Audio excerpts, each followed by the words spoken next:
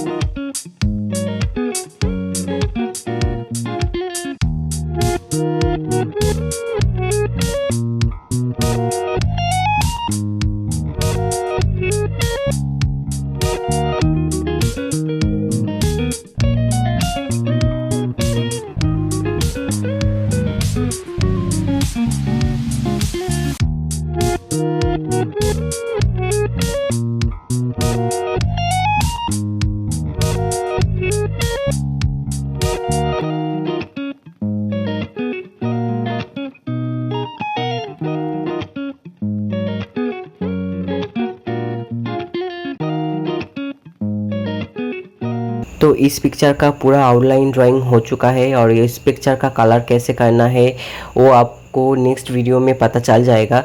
और वो वीडियो देखने के लिए मेरा चैनल को फॉलो करना होगा और सब्सक्राइब नहीं किया है तो सब्सक्राइब करना होगा। तो मिलता हूँ नेक्स्ट वीडियो में, तब तक टाटा बाय बाय।